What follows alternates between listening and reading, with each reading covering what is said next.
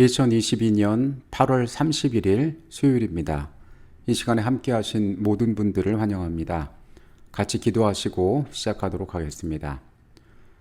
우리를 사랑하시는 아버지 하나님, 아침 저녁으로 불어오는 작은 계절의 변화 가운데 주께서 살아계심을, 우리와 함께 하심을 이 아침에 느낍니다. 하나님, 우리에게 허락하신 이 하루의 시간 동안에 주의 안에 살아가기를 원하오니 우리의 보호자가 되시고 우리의 인도자가 되어 주시옵소서. 거룩한 말씀을 통하여 우리의 심령을 깨우시고 삶이 하늘의 목적과 하나가 되도록 우리를 인도하여 주시옵소서.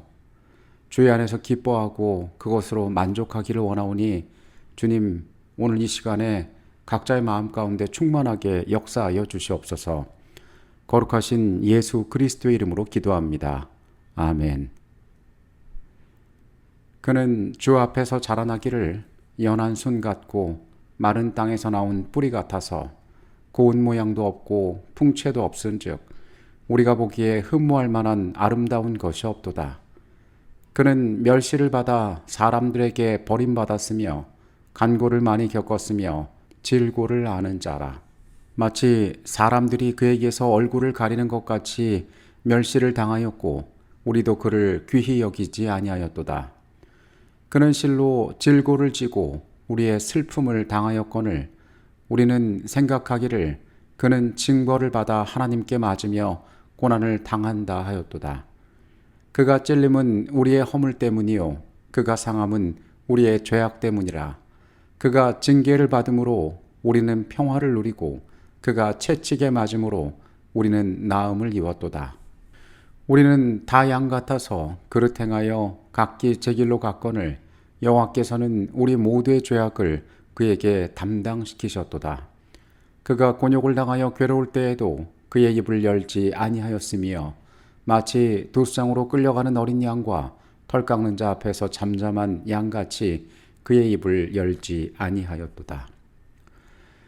이사야 53장은 예수 그리스도의 희생에 관한 가장 생생한 묘사를 우리에게 들려주고 있습니다.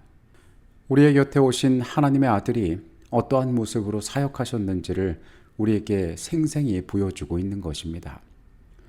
7절에서 그분께서 고통 가운데에서도 그 입을 열지 않고 잠잠하였음을 우리에게 이야기하고 있습니다. 오늘날의 세계는 말을 하지 않는 것이 더 이상 미덕인 시대가 아닙니다. 적극적으로 자신을 알리고 표현하는 것이 오히려 사람들에게 인정받는 시대가 되었습니다. 내 자신이 나의 것들을 나타내지 않으면 아무도 나를 주목하지 않기 때문입니다. 내 자신이 부당하고 억울한 일을 당했을 때에도 마찬가지라고 사람들은 생각합니다. 언제나 예수님의 교훈은 세상의 그것과 달랐습니다. 예수님께서는 침묵의 언어로 세상을 바꾸신 분이셨습니다. 예수님의 모든 생애가 우리에게 중요하지만 고통을 마주했던 그분의 모습은 우리에게 더없이 중요한 모본이 됩니다. 오늘의 주제는 굳게 담은 입입니다. 고난 중에 온유함을 나타내신 가장 위대한 본이 있다면 그것은 바로 우리 예수님이십니다. 예수님께서는 마태복음 11장 29절에서 나는 마음이 온유하고 겸손하니 나의 멍에를 메고 내게 배우라고 말씀하셨습니다. 이것은 보통 사람들의 생각으로는 상상조차 할 수 없는 말씀을 사람들에게 하신 것이었습니다. 그분께서 나타내시는 온유와 겸손함의 그 크기가 어떠한 것인지 감히 인간들은 떠올릴 수가 없습니다. 베드로전서 2장 18절로 25절까지의 말씀입니다. 사환들아 범사에 두려워함으로 주인에게 순종하되 선하고 관용하는 자들에게만 아니라 또한 까다로운 자들에게로 그리하라. 부당하게 고난을 받아도 하나님을 생각함으로 슬픔을 참으면 이는 아름다우나 죄가 있어 매를 맞고 참으면 무슨 칭찬이 있으리요. 그러나 선을 행함으로 고난을 받고 참으면 이는 하나님 앞에 아름다우니라. 이를 위하여 너희가 부르심을 받았으니 그리스도도 너희를 위하여 고난을 받으사 너희에게 본을 끼쳐 그 자취를 따라오게 하려 하셨느니라. 그는 죄를 범하지 아니하시고 그 입에 거짓도 없으시며 욕을 당하시되 맞대어 욕하지 아니하시고 고난을 당하시되 위협하지 아니하시고 오직 공의로 심판하시는 이에게 부탁하시며 친히 나무에 달려 그 몸으로 우리 죄를 담당하셨으니 이는 우리로 죄에 대하여 죽고 의에 대하여 살게 하려 하심이라. 그가 채찍에 맞음으로 너희는 나음을 얻었나니 너희가 전에는 양과 같이 길을 잃었더니 이제는 너희 영혼의 목자와 감독 되신 이에게 돌아왔느니라. 베드로는 예수님의 생애를 직접 목격한 자였습니다. 예수께서 마지막 고난의 길을 가실 때 이외에도 그분은 삶 가운데서 자신에게 부당하게 하는 자들, 억울한 일을 당하였을 때 어떻게 반응하셨는지를 베드로는 예수의 생애를 통하여 바라보았을 것입니다. 예수님께서도 마치 우리처럼 이 땅에서 때로 외로웠고 때로 고통스러운 대우를 사람들에게 받으셨습니다. 그러나 그 가운데 예수께서는 사람들의 모습과 같은 반응을 보이지 않으셨다는 것입니다. 그분께서는 참고 인내하셨음을 베드로는 이야기하고 있었습니다. 세상의 반응과는 다른 반응을 그분께서는 드러내셨다라고 이야기하고 있습니다. 베드로는 말하기를 그는 죄를 범하지 아니하고 그 입에 거짓도 없으시며 욕을 당하시되 맞대어 욕하지 아니하시고 고난을 당하시되 위협하지 아니하셨다라고 이야기합니다. 세상 사람들이 당하는 것들에 합당하게 돌려주는 그러한 복수의 반응들을 예수께서 나타내지 않으셨다는 것입니다. 예수께서 그 가운데에 사람들에게 돌려주고 갚아주는 것이 아니라 나타내셨던 유일한 반응은 공의로 심판하신 이에게 부탁하셨다는 것입니다. 하나님께 모든 것을 맡기고 그분께서 세상을 주관하심을 인정하고 그 손에 모든 것들을 위탁하셨다는 것입니다. 그리고 심지어는 더 나아가서 자신을 저주하고 욕하는 자들을 위하여 그분 스스로가 대신 고통당하고 그분의 죽음을 통하여 많은 이들을 자유케 하셨다라고 이야기합니다. 우리가 우리 자신이 겪는 고통뿐만 아니라 누군가가 부당하게 고통을 당하는 것을 보면은 매우 안타까운 마음이 듭니다. 더군다나 우리 스스로가 그러한 일들을 겪게 될 때에 그 고통은 이루 말할 수가 없습니다. 우리의 마음 가운데에는 부당한 것들을 바로잡고 싶은 그런 본능적인 정의감이 있기 때문에 사람들은 이러한 일들이 일어날 때에 나름대로의 합당한 분노를 가지고 그것을 바로잡기 위하여 노력하게 됩니다. 그러나 이것은 예수님께서 말씀하시는 그 온유함과는 분명히 거리가 있게 느껴집니다.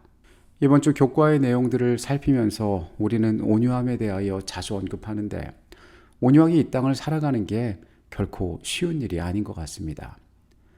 한 가지 매우 중요한 사실을 받아들이지 않는 한 온유하게 사는 것은 거의 불가능하게 될 것입니다. 그 한 가지 매우 중요한 사실이란 것은 바로 모든 불의한 상황 속에서도 하늘에 계신 우리 아버지께서 모든 것을 주관하고 계시며 그러므로 하나님께서 그분의 뜻에 따라 우리를 위해 역사하실 것이라고 믿는 것입니다. 우리가 어떤 매장에 들려서 사람들이 줄을 길게 늘어서고 순서를 기다릴 때에 내 차례가 왔는데도 내 이름을 부르지 않으면 걱정을 하게 됩니다. 내가 혹시 명단에서 누락되었나? 어떤 착오가 있었나?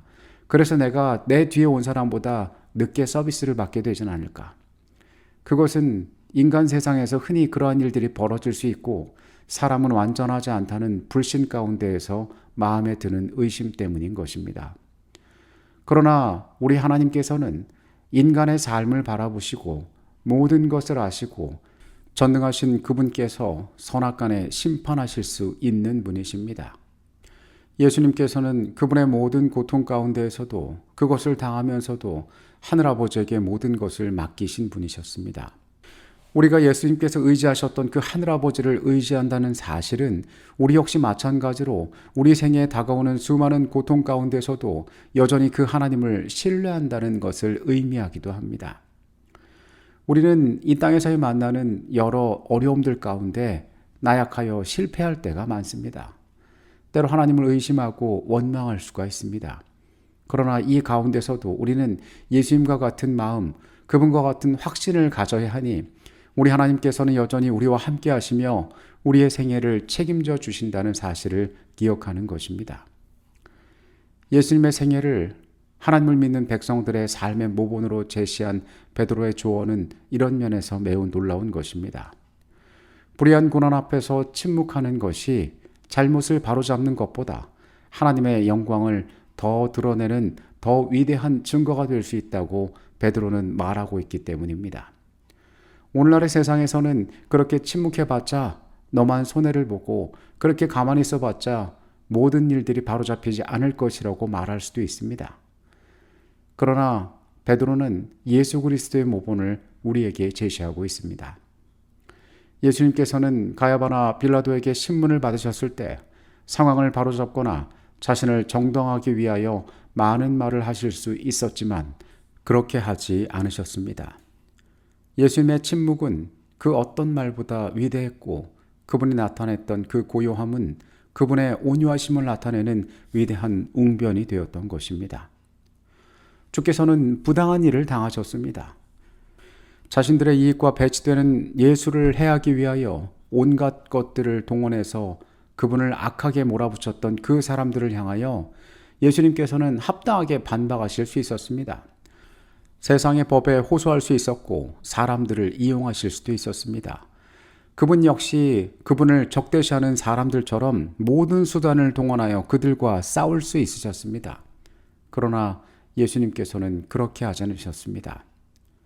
이사야 53장의 말씀이 기록한 것처럼 그분께서는 그 입을 열지 않으셨던 것입니다. 이를 통하여 예수께서는 하나님의 영광을 나타내셨습니다. 그분의 온유함을 드러내셨습니다. 이 일을 통하여 그분은 세상을 변화시키셨습니다. 시대소망 726페이지에 있는 내용입니다. 빌라도는 그들의 목적을 간파하였다. 그는 죄수가 정부를 전복하려는 음모를 꾸몄다는 주장을 믿지 않았다. 예수님의 온유하고 겸손한 자태는 고소 내용과는 전혀 일치하지 않았다. 예수님을 향하여 내가 유대인의 왕이냐고 그가 물었을 때에 구주께서는 내 말이 옳도다고 대답하셨다. 그분이 말씀하실 때에 그분의 용모는 마치 햇빛이 비추고 있는 것처럼 빛났다.